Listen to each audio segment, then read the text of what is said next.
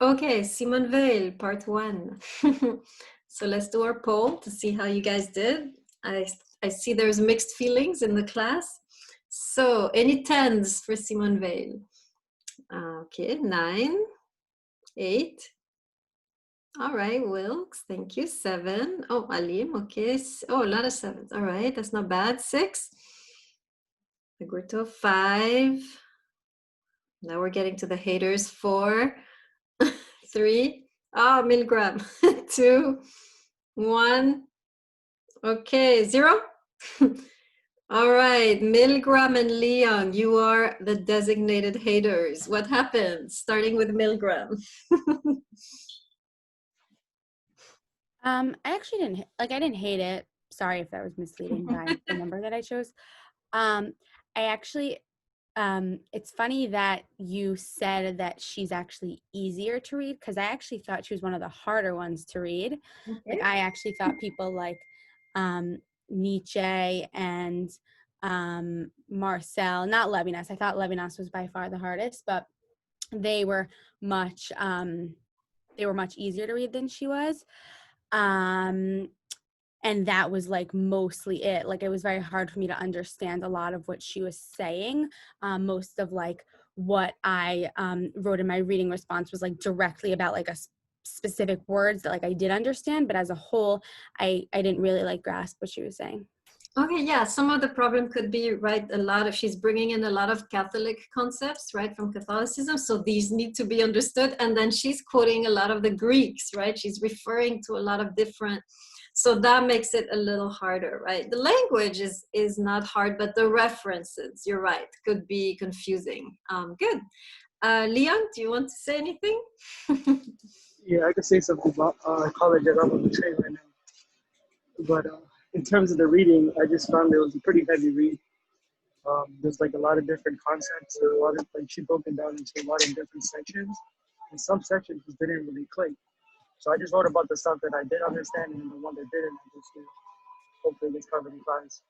Okay, good. Yes, she goes sometimes, you know, and develops, and it's a little hard to follow. It's true. I saw a lot of you struggling with her notions of justice and so forth. Okay, the lovers. I think it was Alim and Wilkes. What would you like to say? I like how well, I mean, I think I understood her text more because I do come from a Catholic background. So I guess like I really understood like her philosophies, and I like the idea of her talking about love and justice being like together. And also there was this one quote that she said, the other can consent to receive this presence or not, exactly like, you know, a person going to a communion. I thought that was a beautiful line. Very good, right? The importance of consent in a relationship. We saw that with Levinas, right? When it comes to the relationship with God, our consent is needed. Is the same with relationships between human beings, right? The what something powerful can happen between human beings, but only, right, if there is consent. So we're going to talk about that today. Good. Alim, anything you want to say to close us off? I really like, I mean, I thought she was like very influenced by like Nietzsche. I like kind of saw how she was kind of like reacting to that, and like she built it off in a way that like, although I don't necessarily like agree with her, I can like really respect what she's saying, and that's something I appreciated while reading. Okay, good. Yes, absolutely. She's certainly familiar with Nietzsche, right? She was brought up, right, with the European education. Everybody goes through Nietzsche, right? So absolutely, just like Levinas and Marcel, they all have Nietzsche in the back of their minds, right, as they're writing, which is good because they're trying to respond, to go beyond, right?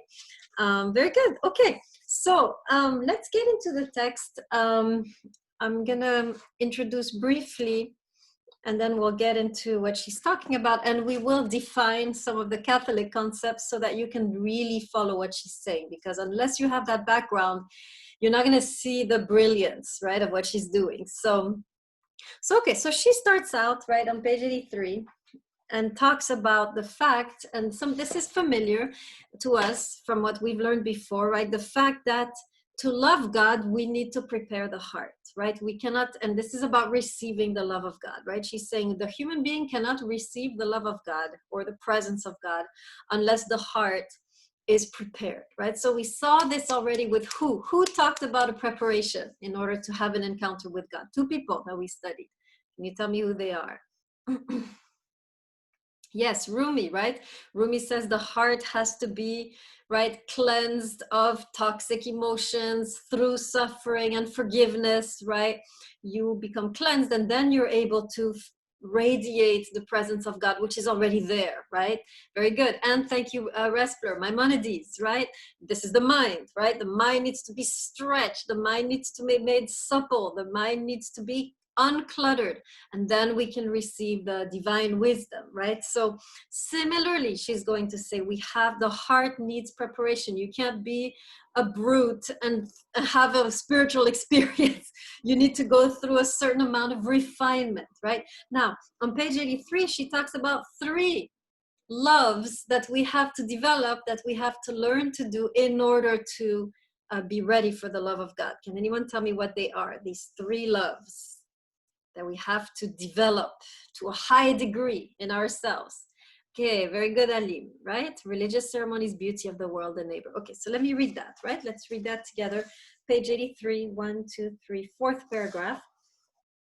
The implicit love of God, who is there? Put your hand in the screen. Okay.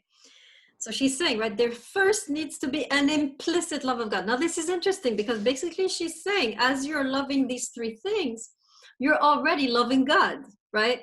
Because God is somehow present in these 3 things, can be encountered in these 3 things, right? This is page 83, 4th paragraph, right? So this is why she says it's implicit. But once you've developed this implicit love of God, as God is hidden, right, in the neighbor, God is hidden in nature, God is hidden in the religious ceremonies, and you learn to love God with these veils, right? Then one day the veil can be pushed aside and you see God face to face, right? So this is really powerful what she's saying. She's saying at first we can only love God through a veil, through the veil of nature, through the veil of the neighbor, through the veil of the religious ceremonies. And God is accessed through these 3, right? I'm gonna say briefly how, right?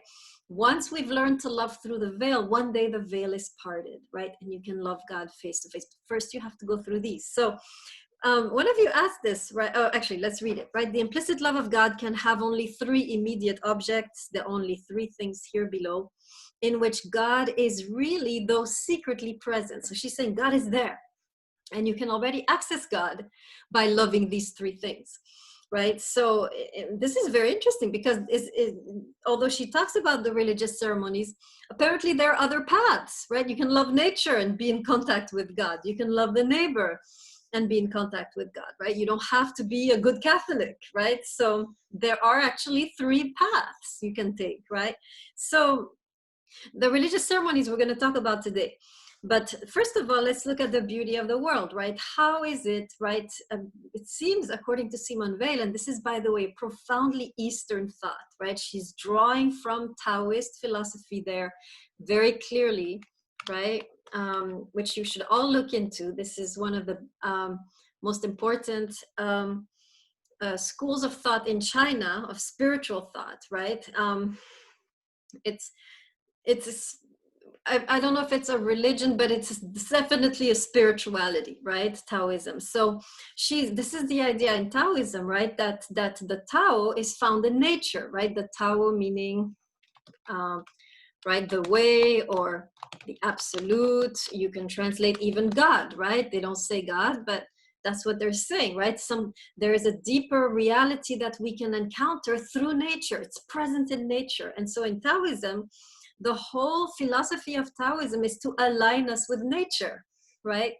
That's why you can see people in the parks, right, in Chinatown, and they are doing these exercises, connecting them to nature, right? Breathing exercises, movements where they are actually, it's like a dance, where they're connecting with the flow of nature, right? This is the idea. This is an Eastern idea that she's bringing here. This is not a Christian idea, right? In Christianity, you don't go in nature to find God, right? So this is really, she's drawing here on this very complex, very, very profound tradition of the East, where you can simply go out in nature, and the closer you are to nature, the closer you are to God. In fact, Lao Tse, right, who is the author of the Tao Te Ching, right, which I'm referring to, which is the scripture of Taoism, right, for those who don't, oops, I spelled Lao Tse wrong, or I had a spell check. Lao Tse, it doesn't let me. There we go. Okay, right, and I'm sure I'm pronouncing it wrong for all my Chinese students. I apologize. Right, so the idea there in the Tao Te Ching is really that you can access that the closer you are to nature, the more you leave behind culture, right? Everything you've been taught, all the ideas, all the beliefs, all the rituals, all the laws and regulations, the more you shed those and simply go back to your natural self, go back to your true natural self, connect to nature, you are actually getting closer to God, right? So that's the idea here. So this is one possible path, according to Simone Weil, right? To find God, connect to nature.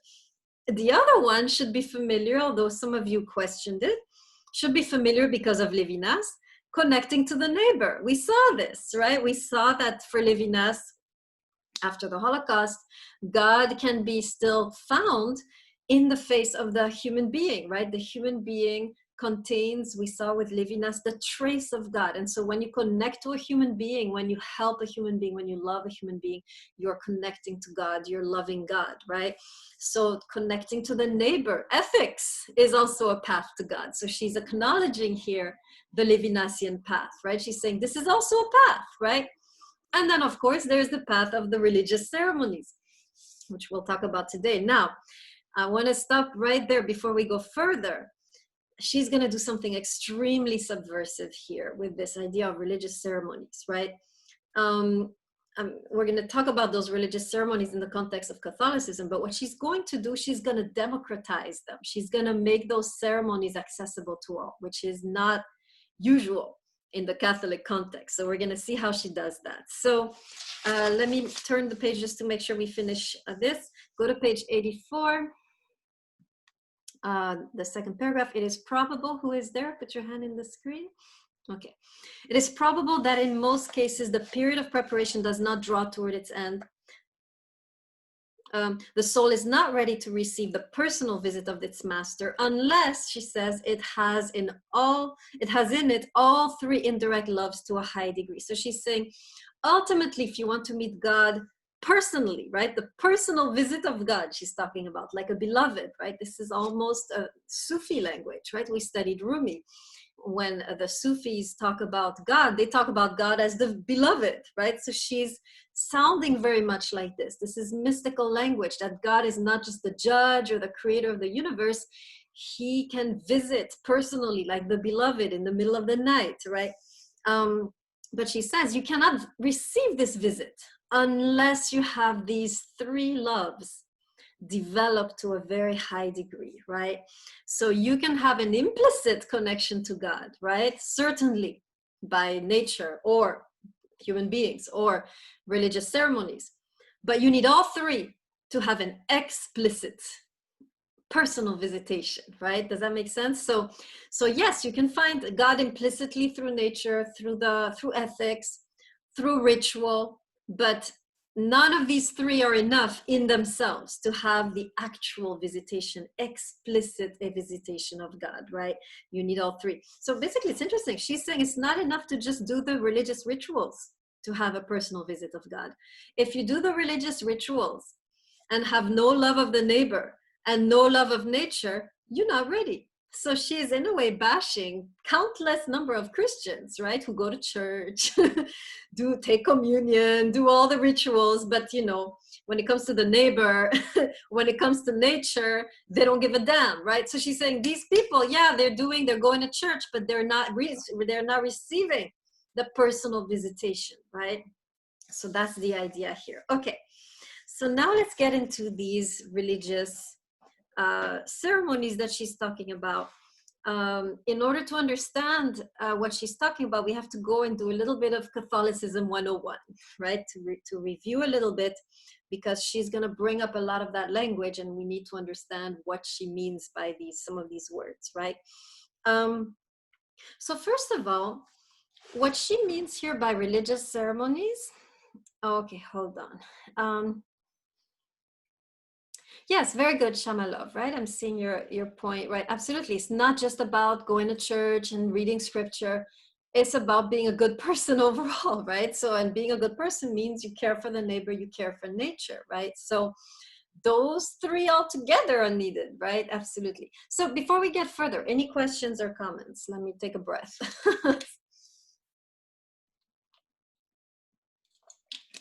All right. All right, so let's see what she means by religious ceremonies.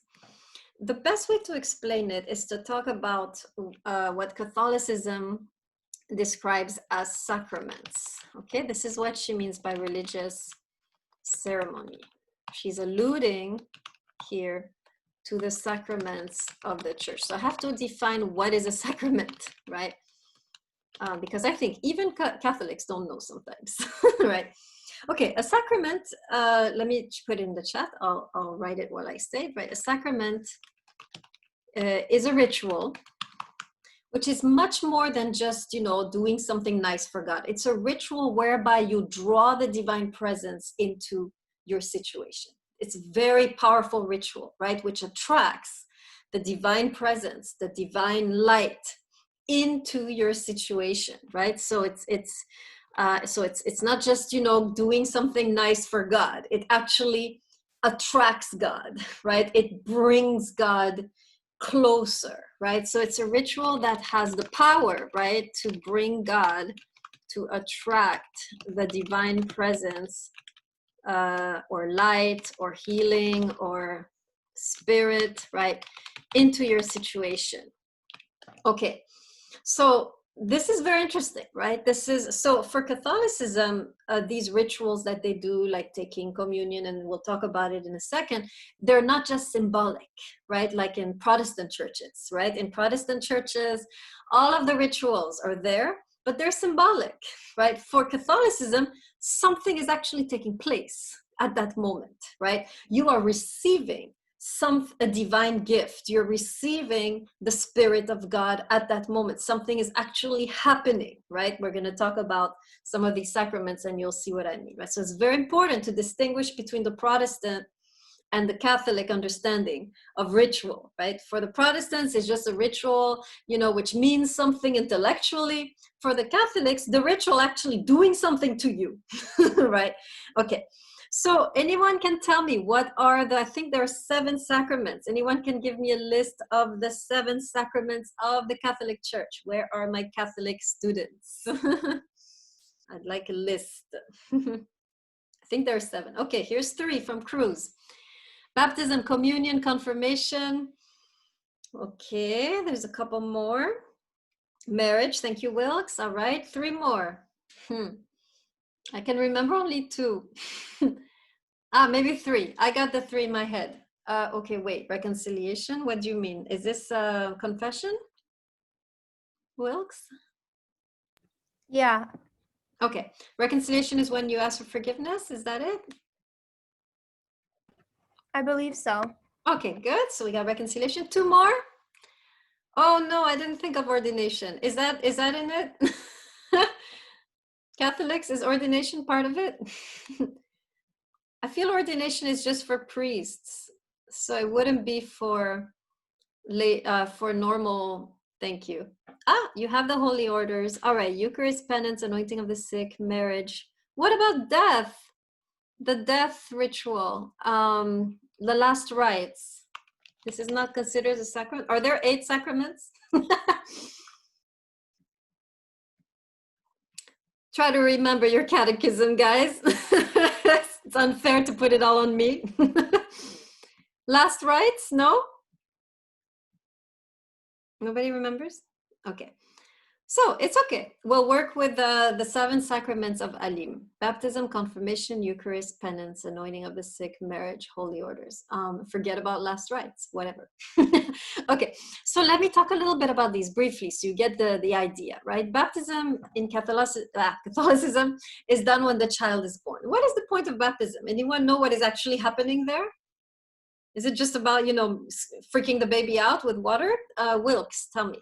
Baptism is so that like the baby is blessed into the religion, and it's kind of like saying, okay, this baby is a holy child now. Something else is taking place. Something very profound is also taking place. As you put water on the baby, what is it supposed to do, this water? They sprinkle the baby with water. What is the water supposed to do? Cruz, go ahead. Well, from my understanding is like you're born with sin already, so the water is like purifying you and like getting rid of your sins. You got it, right? Absolutely. So the belief, right, in Catholicism is that we are born sinful, right? Genetically. It's true, right? We carry all the bad habits and the karma of our ancestors, right? The baptism actually so the water is not just symbolic, right? It's not just, oh, hello, here you are, new Catholic baby. No, right? The water actually operates a transformation in the baby, gives it a complete fresh start. It is now sinless. It could actually go through life completely different. The genetics have been interrupted, right? This ritual is even more powerful, I think, in the Protestant churches where you're an adult and you have committed a bunch of sins and you come, same ritual, you are baptized, you go into water and out, right? And this the same idea of whatever was in you that was toxic or that was destroying your life or eating you from the inside is now left in the water. You have been purified. So it's actual purification. There is something shifting ontologically in your being, right? There's actual, right, shift. Whether it's the baby or the adult, is the same signification, is the same meaning, right? That somehow the water is not just, symbolic of, it actually cleanses. Literally, right? Something in you is shifted forever. You are given a fresh start, right? You're given a new beginning. You're given a clean slate. Everything has been washed away, right? So very powerful ritual, right? You have, by the way, this ritual comes from Judaism, right? The converts were baptized, right? They were dipped in water and out. So this is a ritual which predates Christianity and actually comes from the Hebrew Bible, right? So very powerful ritual for Catholicism where there's an actual cleansing taking place, a shedding of the old self and a rebirth into a new self, right? So make sure you write this down for this one because Simone Weil is going to refer to baptism, right? So we need to very well understand this ritual, right? So let me say it again. This is a ritual whereby you are actually cleansed. You are shedding the old self, leaving it in the water, emerging as a newborn, as a rebirthed being, right? Whether you're an adult or a baby, doing the ritual is the same thing, right? In fact, Jesus, right, talks about in one of his teachings being born again, right? This concept from American Christianity, right? I'm born again Christian. This is literal in Catholicism. You can actually be born again as a new being through the ritual of baptism, right? Okay, so let's look at just a couple more. Let's look at marriage really quick, and then we'll look at the Eucharist, and then the rest you can imagine. So marriage, a lot of us are wondering, why should I get married? I have students, they ask me, well, we're already good. We're living together, we're happy. Why we need to go through this, contract and, all this, costly, why we need a priest, right? So it helps to understand, right? In Catholicism, the meaning of the sacrament of marriage. Anybody know what is actually taking place when you are standing in front of the altar? What are you receiving? Wilkes, explain to us a little bit what you mean. Because I guess like in Catholicism, it's more than just like, oh, I'm like standing with this person in a church to receive like legal papers. It's kind of like you and this person are establishing this connection, and God like God is now in your relationship. I don't know how to like explain that, but you know what I mean. That's exactly it, right? In other words, remember, a sacrament is drawing God in, right? A sacrament is a way for you to create a channel between heaven and earth, right? Through which God can flow, or the Spirit of God can flow. So the marriage, right? The act of marriage, the sacrament of marriage, is not just sitting there and you know, lighting candles and signing a paper, right? Something is actually happening. You are receiving something which is binding you together, right? You're receiving an extra gift. You're receiving an influx of the divine love, which is going to seal you together, right? So this is powerful, right? This is why I think Catholicism is so adamant, right, about this sacrament, because they believe something actually extra takes place there, right? Which seals the love, right? You have the love, but this seals it together, right? There is something powerful taking place, something powerfully binding, which takes place during that actual ritual, right? So, okay, so now you're starting to get the idea, right? So the sacrament Simone Weil is also going to talk about is the Eucharist. So let's talk about that. The Eucharist, just to explain, it's a fancy word for communion, right? This is when the priest, right, offers, if you've gone to a mass, right, you know that there's a moment in the ceremony when the priest takes out a small round wafer, right, and then lifts it up and then shares it with the congregants. The congregants come to the front and they all receive, right, a little bit of the cup and this wafer, right? So, of course, this is important. In Catholicism, well, I'll come to that later. Hold on. Let me hold my horses, right? So, okay. So what is happening there? Let's see what is happening. What are you receiving when you're receiving this wafer? Is it just, you know, a kind of tasteless thing you have to deal with, or what is actually happening? Let's see. I have two people. Okay, Wilkes and then Cruz. You're receiving like the body and the blood of Christ. So it's like every time you get this, like, you know, when they pass it to you, it's kind of like a reminder that like God is like within us. Okay, very good. Yeah, explain it good in the second version of what you said. Cruz, do you want to add? I think she said most of what I was going to say. Like you're in the present, or you received the presence of Jesus while taking your communion. Okay, very good, right? So to some of us who are not Catholic, right, we hear receiving the blood and flesh of Jesus. It sounds horrible. But if you understand what it means, actually what you're receiving is the actual presence, right? The actual Spirit of God or the Spirit of Christ. You're receiving their spirit. So now you are going to act like them, right? Like them. What am I saying? Them? Like Jesus or like God, right? So you're receiving their personality in a way, right? So this is very profound. I mean, this is something which it was such a radical idea at the time when Christianity first emerged and Jesus started to talk about receiving God in this way. He was almost stoned several times. The people were not understanding because it was so radical, this idea that God, who is supposed to be out there and we are down here, the idea that God can enter the human being was a radically new idea, right? That now we talk about it, we don't even know what we're saying, right? Because it's such a common idea now because of Christianity. But the profound idea that God can actually enter and dwell within us was completely outlandish, right? God is supposed to be so vast. How can he fit within me, right? This is why you have this beautiful saying by one of the apostles that we are jars of clay that contain infinite treasure, right? And this should remind you of Rumi, who talks about an ocean within a water jar. So this is the same imagery, right? This is the idea that the ocean can fit here, right? And this very Sufi idea, by the way, right? The throne of God is in the heart of the believer. That's crazy too, right?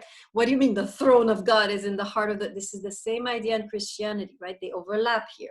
The fact that God can actually fit within us and move through us was at the time extremely subversive, and it almost cost Jesus his life several times, cost Jesus his life several times until the ultimate time, right? So So this is very powerful. The Eucharist actually, and it's, you know, it's funny. I went to see a communion with a bunch of little kids, you know, taking communion at the age of 8 or 7, and they're sitting there. They have no idea what is happening. You know, it takes a certain maturity, right, to realize what is happening, right? This is very powerful experience of receiving something extremely vast into a limited place, which is the human heart, right? So you can now probably have a kind of vaster vision of Catholicism, right? These rituals seem less barbaric, more powerful, right, than what we usually see. So now, last thing I have to say about the sacraments, and this is where Simone Weil is going to part ways with the Catholic Church. These sacraments are reserved only for Catholics within the confines of the Mass, right? The Mass, just so you know what I'm talking about, is the religious service that takes place in a church, right? So just there, right? If, number one, you have to be Catholic. Number two, it's in church, right? It's always done by a priest, ordained, priest, right? You can't just go in, right, from the street as a tourist and start taking the sacraments. You're not ready. You're going to explode. I don't know, you know, be hit by lightning. So what Simone Weil is going to do, and this is what I want you to listen very carefully, because this is the shift she's doing. She's going to take the sacraments out into the street, and she's going to distribute them to us. And she's going to say, all of you now are priests. All of you now can take the sacraments. All of you now can experience this. So we're going to read about that in a second, right? But make sure you write this down. This is the shift she's making, right? The sacraments she's going now to offer to us. In other words, all of us will have access to these powerful infusions of the divine spirit, and all of us can offer it as a priest. So she's going to make us all into priests. She's going to take the Mass outside of the walls of the church, into the markets, into the streets, and we're going to be part of this now, right? So make sure you write this down. We're going to see how in a second. Williams, go ahead. Can you repeat one more time who specifically the sacraments are limited to? Yeah, sacraments only for Catholics, right? You have to have been born a Catholic or converted into Catholicism, only given by a priest, and only take place within the confines of a sacred space, right? Now, Simone Weil is going to take all those sacraments and she's going to bring them to the street. She's going to bring them to us. In other words, you and I who are not Catholic, we're going to be able not only to partake of these rituals or sacraments, but we're going to be able to offer them. And we're going to see how, right? So she's just going to, we're going to see how. Claire Williams? To repeat, sacraments are limited to Catholics and only given by priests within a confined space? Yes, within a sacred space, right? The church, right? But what she's going to do, she's going to take everything, bring it to us. So we'll see how. So in the text, she talks only about two sacraments, the Eucharist and baptism, but we're going to see how she takes those out of the church, right? So let's go first to communion. Let's go to page 84. Okay. So let me explain first, and then we'll read the text, right? So that you can understand the subtleties, right? You have to read between the lines to really see what is happening, right? Basically, what she's going to say here is that just like the priest, right, when they give the wafer, right? Let me define wafer for some of you who don't know. The wafer is the little round, flat bread that represents, right, the body of Christ, right? And then the cup, right, which is also offered, is obviously a cup, which represents, right, the blood that Christ shed, right, for us. And Christ, of course, is Jesus. Okay, I think all is clear. All of our non-Catholics should be on the good page. All of you good? Raise your hand if you're all good. Everyone gets the basics of Catholicism. Okay, no matter where you come from. Very good. All right.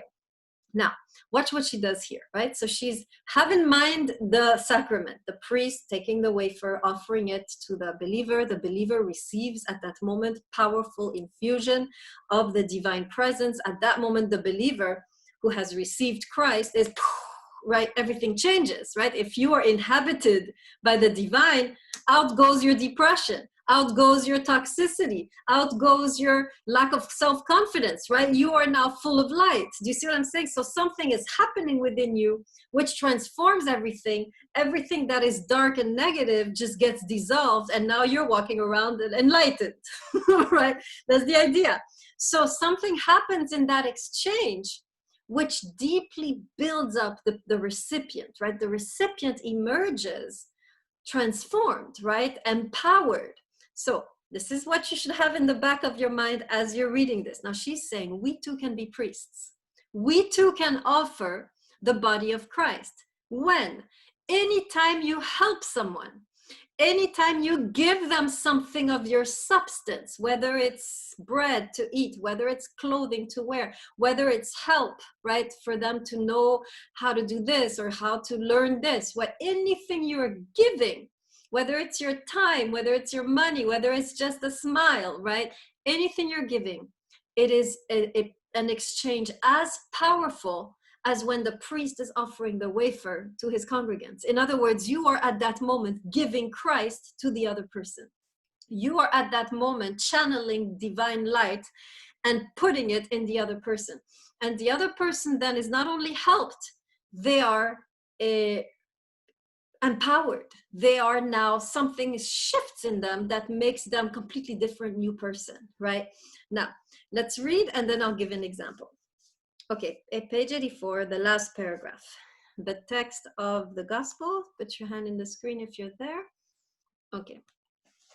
The text of the gospel is concerned only with Christ's presence in the sufferer, skipping. It must then be admitted that it is the benefactor himself. So now she's saying, anytime you're a benefactor, anytime you're helping, as a bearer of Christ, at that moment she says, you are bearing Christ, you're giving Christ, you're giving divine light to the person who causes Christ to enter the famished sufferer with the bread he gives. In other words, what you're doing at that moment, as you're giving simple bread, you are infusing, you are giving the very presence of God in that person.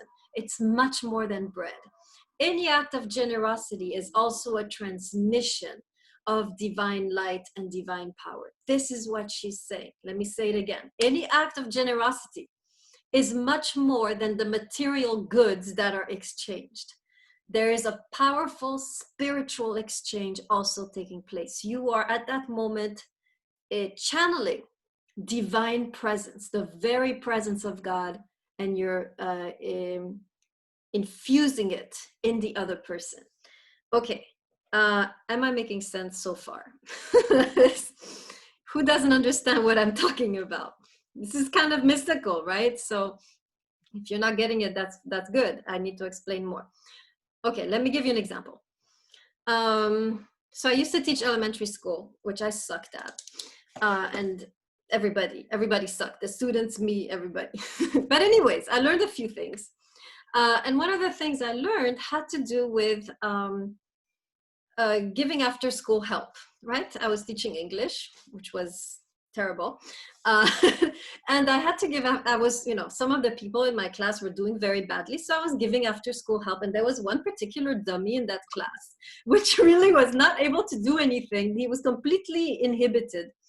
And through the after school, little by little, right, start to get not only good at English, but confident, right? In other words, it's not just, so now he was doing good on the tests, right? And now he wasn't a dummy anymore. So you can imagine that it's much more than just he's good at English now. At that moment, it was not just that he became good at English. It was that he became confident as a human being. He regained his dignity. He regained his confidence. He was not a dummy anymore, right? So you see, just in a simple exchange, I'm helping you with English. It's very trivial, right? You're going to get a good grade in English. So what? Something shifted in his whole being. And that's what Simone Weil says. He received the presence of Christ, and Christ now dwells in him. And when the Christ dwells in you, you sit up straight. You have bright eyes. You are intelligent. You are confident. You are radiating, right? That's what happened. There was a complete transformation of the kid, which was way more than just now he could do the English exercises. His whole being was shining with confidence. Are you following? right? What I'm saying? So anytime you help someone, even if it's a stupid thing, at that moment you're lifting them up, right?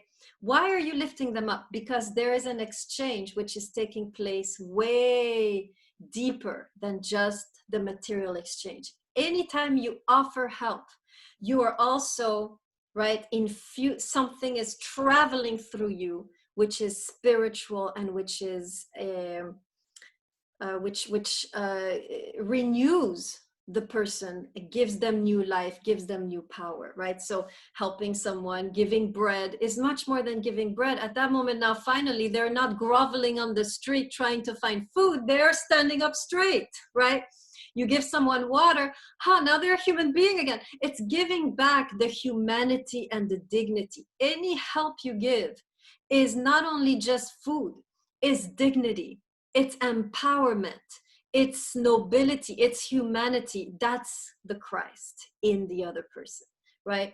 So we have to be aware of how powerful our generosity is. What Simone Weil is saying, anytime you offer anything, you are like a priest, infusing the person with light, with divine spirit. You're giving them back much more than food. You're giving them dignity, empowerment, humanity. They can now look at you in the eyes and not be all, twisted.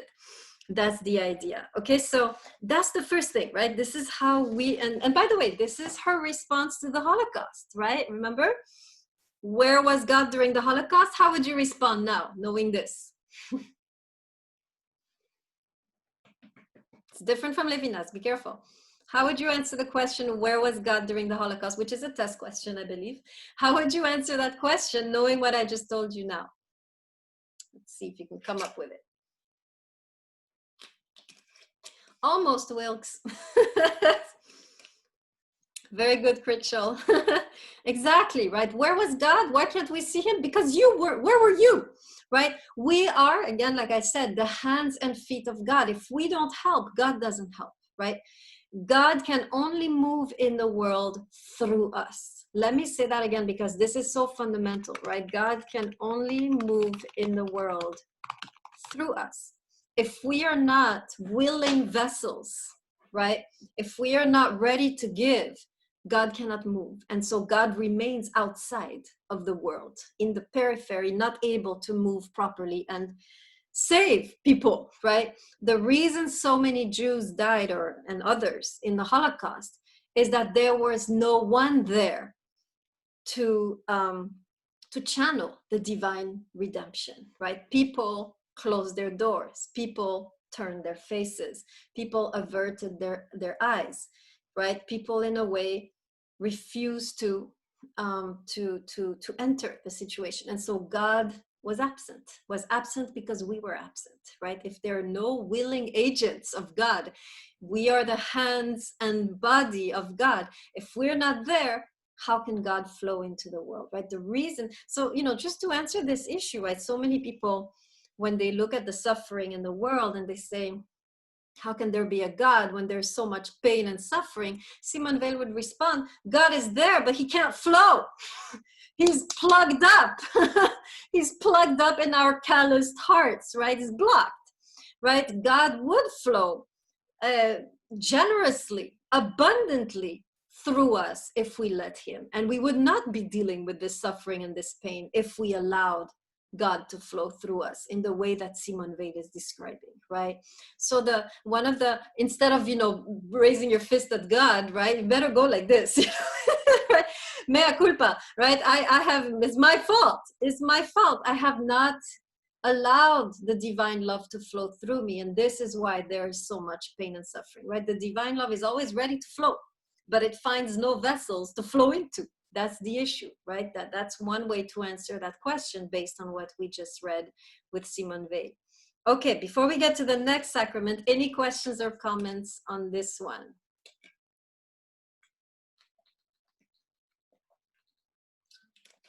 Okay, good. You're letting me finish. Have like 8 minutes left.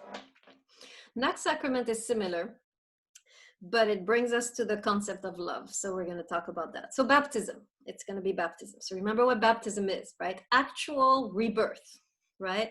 You're not the same person when you come out of the water than when you went in. Different person, new beginning, clean slate, right? Now she says we can baptize each other. So again, you see how we're taking the baptism out of the cathedral, right? The baptism now becomes something that I can offer to you and you can offer to me, right? Now, how is it that we can baptize each other? In other words, give each other a new beginning. What action can give another human being a new beginning, right? And Simone Weil talks about, we'll see in the text, creative attention. So if you took my class on love, which I will do an advertisement for in the next few days, right? You would know that love is an act of creative attention. Let me explain. When you love someone, you always see more than what they are. Yeah, you see the problems, the issues, the red flags. You see all that, but you're able to see further into everything the person really is. This is why people will tell you you're being blinded by your love. That's what they think. But actually what's going on is not blindness. You're seeing more deeply. And so you appear blind, right? Many philosophers disagree with this definition of love as blind, right? They say, no, it's blind to the others. When you love, yes, you see the problems, but you also see everything the person could be.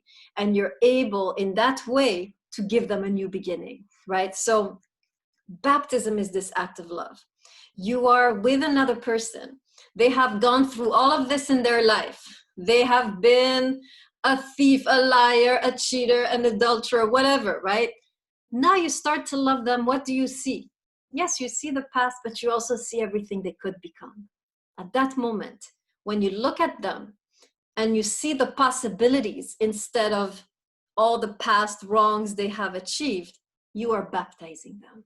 Right? Anytime you love someone in that way, you're baptizing them. You're giving them a fresh start, a new beginning. You're saying, yeah, you were like this, but I know you could be something totally different. I see more in you. I sense more in you. Yeah, you cheated in the past. Yeah, you lied in the past. Yeah, you were violent and abusive in the past. Yeah, you were addicted to several things in the past. But me and my love now, I see so much more in you. I see everything you could become. And I'm telling you right now that I believe in you. I believe in everything you can become, that I'm seeing. That way of loving will baptize a person. That person who senses that you see that in them will begin to blossom according to your vision, right? You can actually make a person blossom according to how you see them. If you see them negative, they will blossom all negative, right? If you see them beautiful, they will blossom beautiful. We have such power in our gaze and in our words, right? Even in our thoughts, right? The moment you start to see a person in everything they could be and not in what they have been, you're allowing them a new beginning. You're helping them blossom in that new direction. That's what Simone Weil calls a baptism, right? Everyone understood what I just said here? Put your hand. Okay, so let's read the quotes together. Page 90.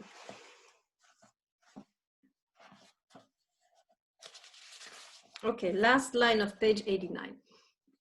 He who being, are you there? He who being? Last line of 89. Okay, he who being reduced by affliction to the state of an inert and passive thing, returns, at least for a time, to the state of a human being through the generosity of others. Okay, so this is the giving we talked about before, right? You give the bread, they were nothing, and now they're more, there's something. If he knows how to accept and feel the true essence of this generosity, right? Now she goes further into the baptism. He receives at the very instant a soul begotten exclusively of charity. He is born from on high of water and of the Spirit. And now she says is to treat our neighbor who is in affliction with love is something like baptizing him, right? That's the love I was telling you about, which is a vision of everything they could be rather than what they are right now or what they have been. You see everything they could be. At that moment, you are giving them a new being, right? You are prophesying, you are projecting who they could be, new being, different. Not this old thing, new thing, right? This is baptism, right? You're taking away the old and opening up the new. You're taking the person from the past to the future. This is baptism, right? Continuing. Go to 1, 2, 3, fourth paragraph. Christ taught us. Are you there? Put your hand in the screen. Okay. Christ taught us that the supernatural love of our neighbor is the exchange of compassion and gratitude, which happens in a flash. One of the two is a little piece of flesh, naked, inert, bleeding. He is nameless. No one knows anything about him. Those who pass by this thing scarcely notice it. Now here it is. Only one stops and turns his attention towards it, right? You're looking at it. You're seeing through it. You're seeing beyond the obvious. You're seeing beyond the rags and the tatters into the possibilities of who they could be, right? The actions that follow are not just the automatic effect of this moment of attention. The attention is creative.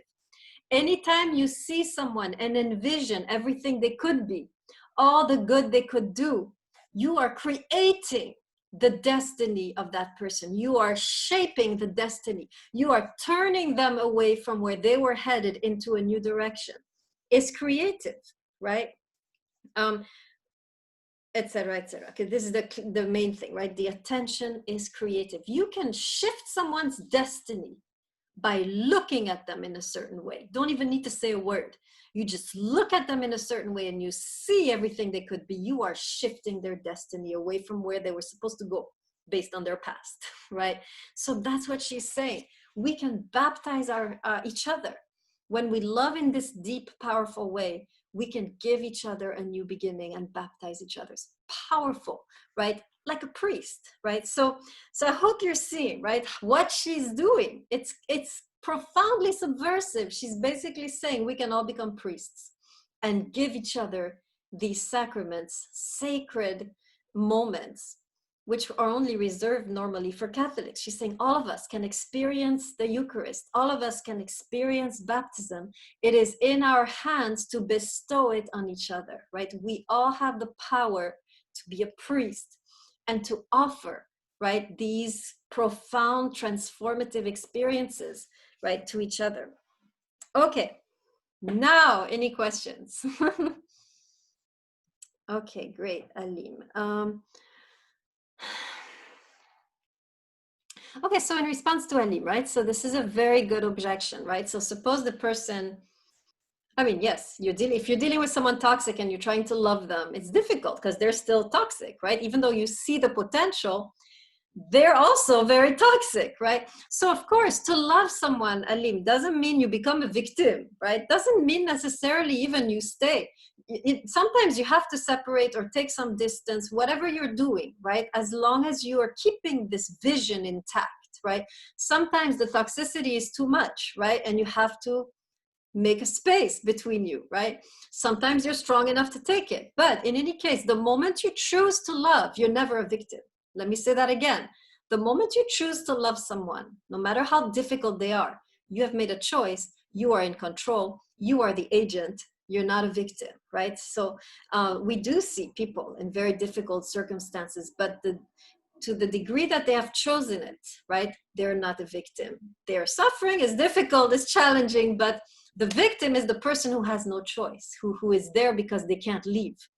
The person who chooses to love chooses from a place of strength. I could leave, but I'm choosing to love you. And so it depends, right? Sometimes you can stay and continue to nurture that vision. Sometimes you have to separate. Whatever you're doing, as long as you're nurturing the vision, it's having an impact, right? Am I answering a little bit what your concerns, Alim? Yes. All clear? Yeah, I think so, yeah. Okay, good. Okay, so if you do take, right, the class that I'm teaching on the ethics of love, we talk about this, right? How do we love in a difficult situation? Because this is the question. It's easy to love when it's going well. How do we still love, right? And nurture the relationship when there is so much toxicity, right? What are some of the tools we need if we choose to stay? Of course, we can always leave. Everyone is free, right? But if we choose to stay, what are some of the tools we can have? And I do offer those, right, in that other class, which I'll just say now is 104. I'll just make the advertisement now, right? 104 is the ethics of love. So we go more deeply, right, into some of these concepts: creative attention, this idea of changing someone's destiny through love, how to navigate a toxic relationship. These are all very important down-to-earth skills, right, that the philosophers have talked about, right? So it's a very similar class to this one, but we'll be focusing, right, on relationships. Thank you, Wilkes, for the, oh no, Vargas, if it's full, you can still, you get the permission from me. Right? If anyone wanted to get in, you just tell them I said yes. Okay. So of course I take, if any of you wants to take it, yes, you're automatically in, right? You tell the chair that the professor said yes. Okay, good. Yes, please, Vargas, join us next semester, right?